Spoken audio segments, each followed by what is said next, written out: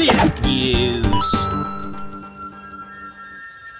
The original Buddha was called Siddhartha Gautama, and he was born around the 6th century BC. He was the founder of the Buddhist tradition of following the path to enlightenment. The historical Buddha was just a normal human. However, after years of abstinence, fasting and meditating, he awoke one day understanding how people remain trapped in the circle of rebirth or reincarnation.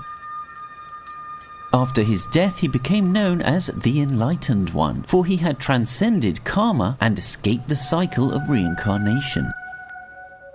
In the Shingon sect of Buddhism, between the 11th and 19th centuries, monks believed the route to enlightenment and escaping the cycle of rebirth was to enter a state of meditation so profound that it induced suspended animation or nyūjō.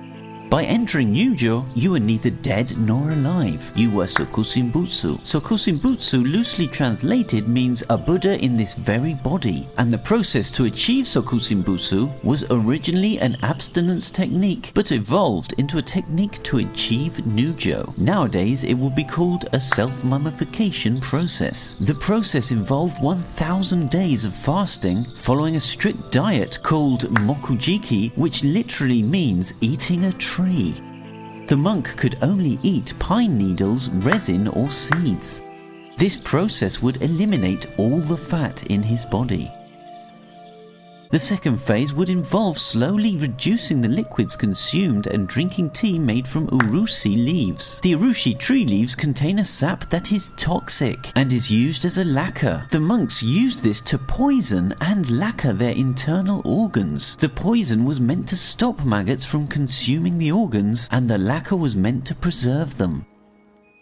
Once the monk was close to death, he was sat in a wooden box in the lotus position. The monk was given a bell and the box was filled with salt and sealed, leaving only a reed sticking out for air. The meditating monk would sound the bell at regular intervals whilst chanting Nenbutsu, which is a mantra about Buddha. Once the bell stopped ringing, the monks would remove the reed, seal the hole and wait 1,000 days.